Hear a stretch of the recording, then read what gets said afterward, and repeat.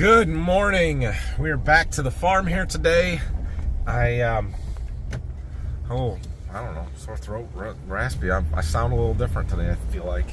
Anyway, I've got some errands to run this morning. I gotta head to the bank, and I got a new tire for that disc ripper in, and then I gotta go get it picked up. So we're gonna go and do those couple of things, and then we'll be back around here. We've got some little things to do to get ready for harvest.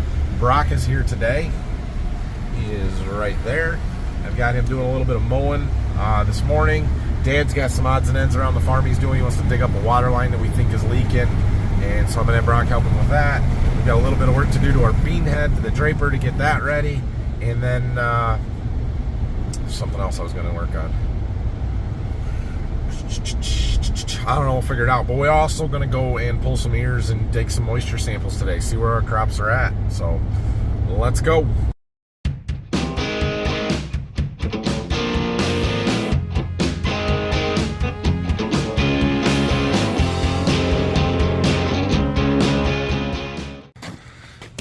Stop number 2, big tire. All right, we got our tire. We had a quick stop at the store for some snacks and window cleaning supplies, paper towels, spray, yeah.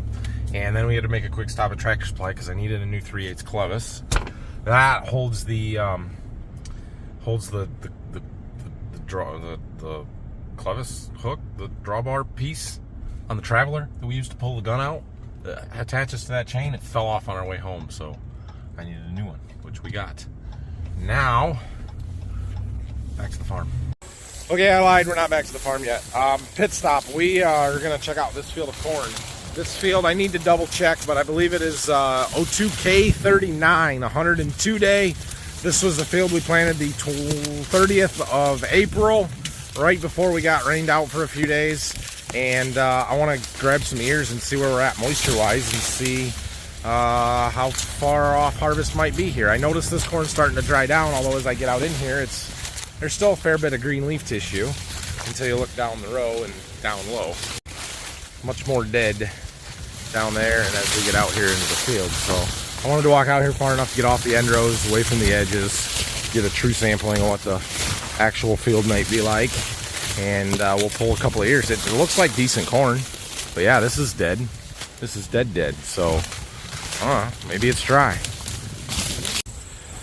Those are decent ears. Got a little tip back on them, which I don't like to see, but they feel fairly dry. Although the kernels are not wiggly, like they're shrunk down and wiggling around. So, we'll take these back to the farm and show them and see what we got. Appears it's gonna rain here.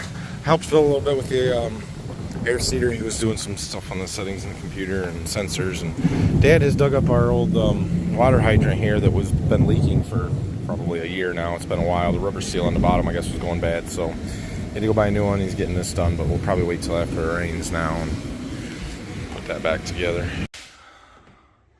Well, I guess we're gonna get a little bit of rain here. So on my way home, I stopped by the post office box. Anybody wants to send me stuff, there's the address.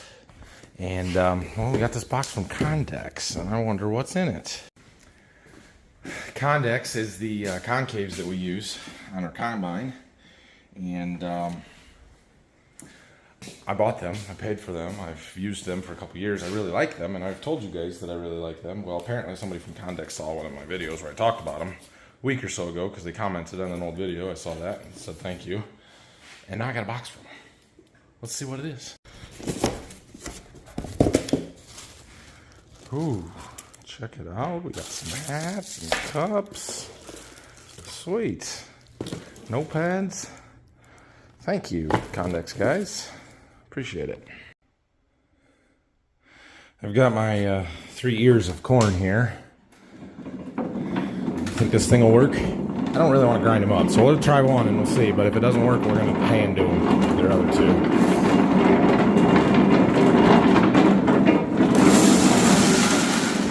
Oh, that wasn't so bad.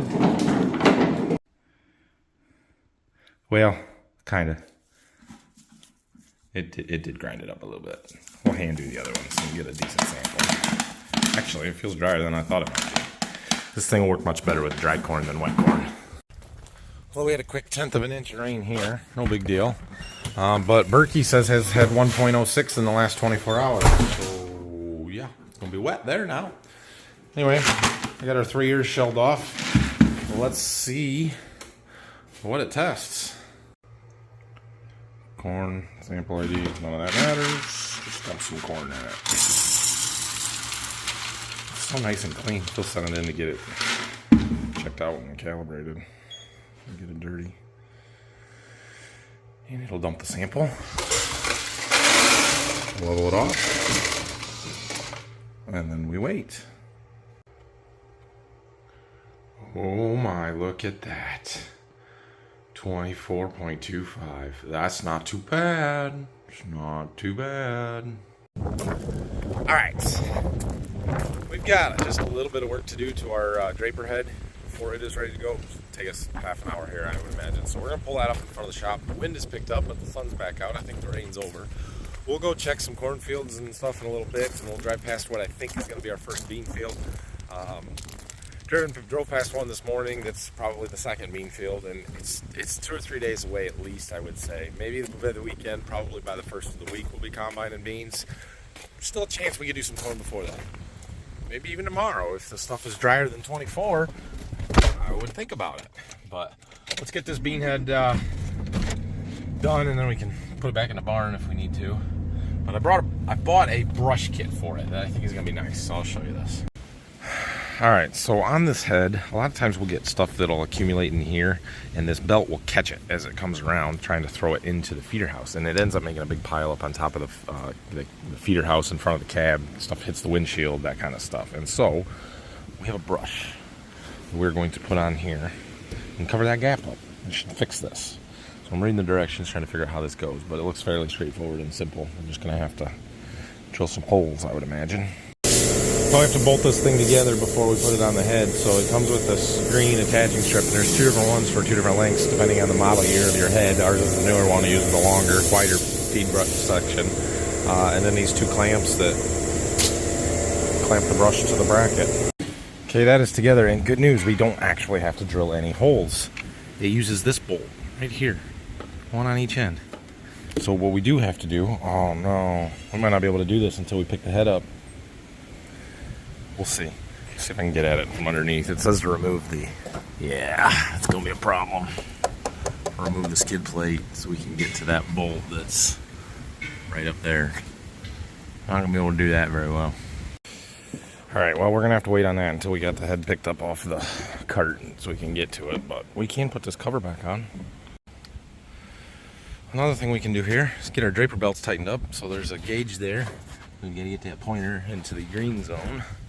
And there's a bolt right there that needs tightened in order to do so. Open the cover so I can get to it better, but like that. Alright, well, the only other thing I have to do here is we should get a grease gun out and grease it. There's not a lot of grease zerks, but there are a few, so we'll do that, and then we'll move this out of the way.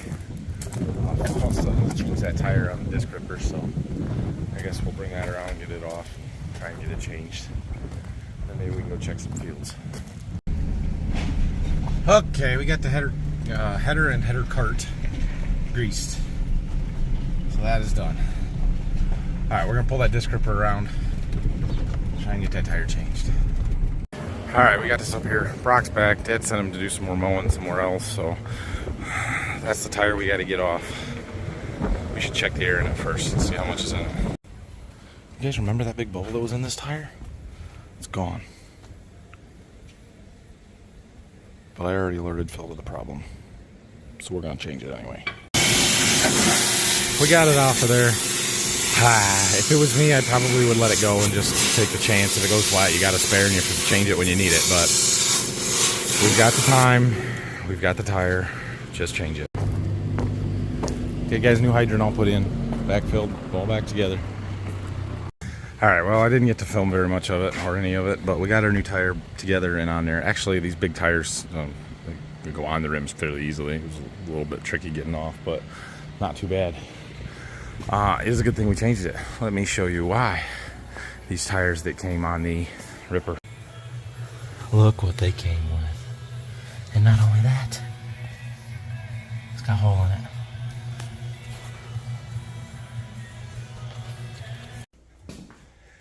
that will in fact do it. That caused a problem when you have a hole in your patch in a tire that was new on a brand new piece of tillage equipment that we bought. To be fair, they were recaps, and I think it was like a $3,000 option to go to new tires, and would have been worth it. All right, disc ripper's done. Let's go collect some ears. We got 3-4 different places we need to put some ears and take some moisture samples from. Let's go see what we can find. Okay, we are going to start out here. This is 104-day corn that was planted fairly early. We'll walk out here in the main rows a little ways and pull a few ears. We'll take them back and we'll see what we get. Well, we'll go get the rest of our samples first and we'll see what we get. Was also kind of curious about ground conditions. It's definitely tacky. It's not great. I hope we don't get any more rain for a while. We'd be okay to harvest it, but it's not ideal. So we'll see. You can see all the ears hanging down. The corn is dead brown. I expect this to be drier than the last sample that we looked at. But we'll see. Not too bad here. We'll put those ones in the bucket. Our trick is keeping our samples separate and remembering which one came from where. Okay, next up we're going to come out here. This is the field right across the road from the farm. And we're actually going to pull 3 samples from this field because we have one variety here that was sprayed with a fungicide, and down there's a spot that was not sprayed with a fungicide, so we'll see if there's a difference. And on the far side of the field there's actually a different variety. So we've got 2 varieties and 2 different treatments, and let's see what we got. A little more color to this corn. It's a little greener. The ears are more upright. I came down to the non-fungicide sprayed areas, and look at this. Look at this. You can still see to the spot where all of a sudden the boom hit and the fungicide got sprayed, and then we've got green color. It's right here. Dead. Not dead, but almost dead. But still, it held on. That fungicide is working. All right. Got all the ears we need. B96, no fungicide. B96 with fungicide. 04G36 and 03R40. Let's start here. This was the first sample. It's in its own field.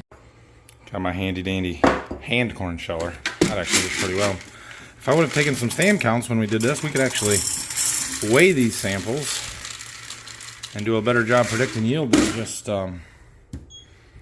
counting kernels. Let's see what we got.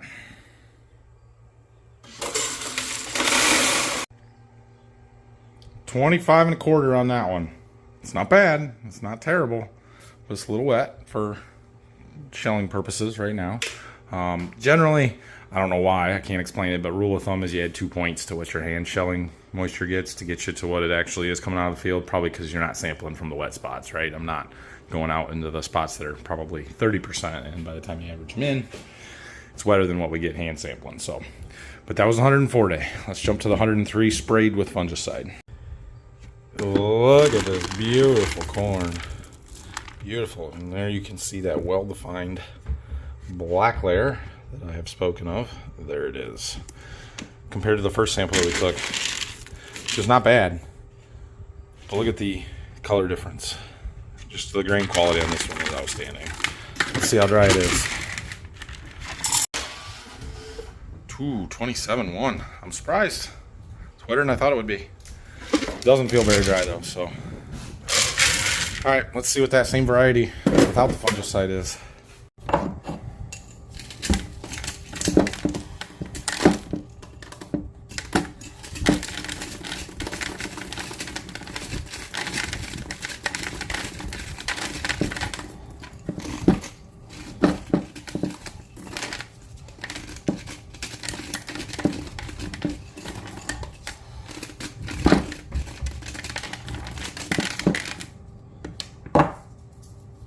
Not too bad. Pick up all the kernels that I spilled. A little piece that broke off.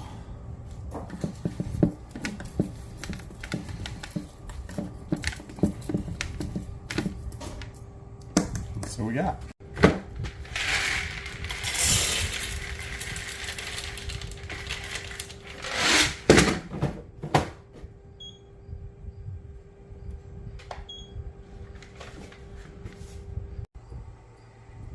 $24.11. That one felt a lot drier shelling it too, so I'm not surprised to see that that is is better and drier. That's good. It's good. It's not dry enough, but it's good. So, all right, we got one more of that other variety that I just picking them I thought was the driest. Let's see. All right, last sample going in. We'll see. 24, 25 would be my guess. For those of you not familiar with this, and since that's the whole point of this is to explain things to you, right? We want the corn to be 15.5 in order to store it in the bins safely and to deliver it to the elevator without them docking us for moisture or charging us to dry it, right? That's the sort of the stable storage moisture. Now, I don't really want it to get down to 15.5 before we start harvest because you're late and there's harvest losses and all kinds of other issues. 24.9. So ideally harvest moisture would be 18 to 20 for us, but I will start when it's consistently under 25. We're not quite there. I would say our average is about 25 right now. So, or maybe a little bit more because of the hand chilling aspect of it. So maybe another week and this corn will be ready to go. We'll see. It can lose a point of moisture a day if you have the right conditions. The rain and stuff the last couple of days isn't helping that, but corn doesn't soak up moisture and react quite as much to the atmosphere as soybeans do. So it is different, but we've got some drying to do yet. I'm getting everything shut off here. Here is what I think is going to be our first field of beans. I'm pretty confident it's going to be our first field of beans. We're just a little green yet. Just a little green. Let's walk out here. I mean, these aren't bad. Let's see if a pod crack's open. Probably not today because it's wet and moist. But they're close. Oh, even a little crunch to them. Those beans aren't bad at all. Ah, that one cracked. But you can see we got some green stems here. Boy, if it was sunny tomorrow, I might try these.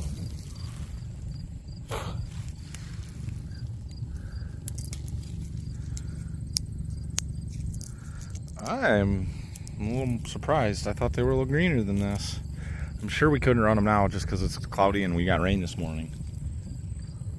But yeah, we're not that far off here. All right.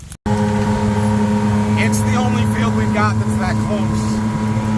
The other ones need a couple of days, so we can work for an hour and a half. There's like 22 acres there. That'll be a start. Driving around that field, there are a few green ones along the trees right here, but it's pretty minimal. We can blend those off, no problem. I think maybe tomorrow afternoon we might combine some soybeans. Some of my lawn is turning a little bit greener. I'm getting a little nervous about the high ground and some of the harder stuff, but what are you gonna do about it, right? So we'll let her fill in here this fall and probably have to patch some more in the spring, but it'll be fine. But anyway, I'm gonna pick some sweet corn out here and I'm going in for the night. Thanks for watching today. Like, subscribe, harvest coming quick. Maybe tomorrow. We might start tomorrow. I'm kind of thinking we're going to start tomorrow. But we'll see. Get a few beans out, get started. The corn, I'm a little surprised. I thought we'd have a little bit drier corn than what it is. I thought we'd see some 22s and 23s, but that's okay. It'll get there. It'll get there. Next week, I would guess we'll be rolling hard into harvest. And we have some tillage to do as soon as it dries out enough to do some tillage. It's a little wet right now, so we'll see. But thanks for watching, everybody. Have a great night. We'll see you again tomorrow.